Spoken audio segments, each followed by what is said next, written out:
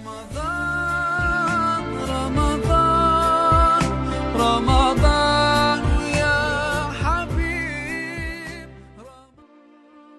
Assalamu alaikum, урматтуу мусулман бир туугандар.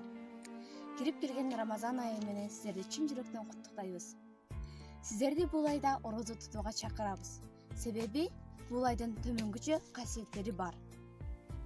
Орозо тутуу бул балагатка жеткен ар бир мусулман эркекке жана аялга жараткан алдындагы аткарышы керек болгон парызы. Рамазан орозосун туталы. Орозо бизди көптөгөн жамандыктардан тутсун.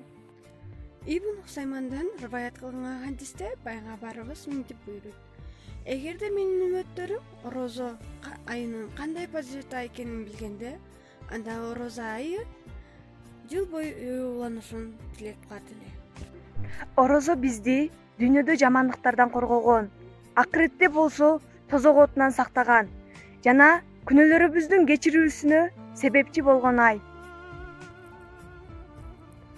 Орозо кармаган учурда организм өзүнүн май запастарын колдонуп, анын натыйжасында кандагы холестерин деңгээли азайып, инсульт болуу ыктымалдуулугу төмөндөйт. Рамазан айында орозо кармасак, ички дүйнөбүз, жаман түшүнүктөрдөн, сырткы келбетибиз, туура эмес кыймыл-аракеттерден тазаланат. Алланын алдында аткара турган парыздарыбыздын бири болгон Рамазан айында бир ай орозо тутуу ашказандагы сиңирүү системасын жакшыртат.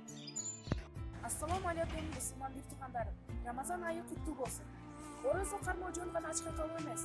Дайым ачка жүргөн, ачка калган адамдардын абалын түшүнүп жетүү. Орозо тутуу жөн гана ачка калуу эмес, өз напсиңди тизгиндөөнү үйрөнүү. Орозо тутуунун медициналык пайдасы организмди эс алдырат.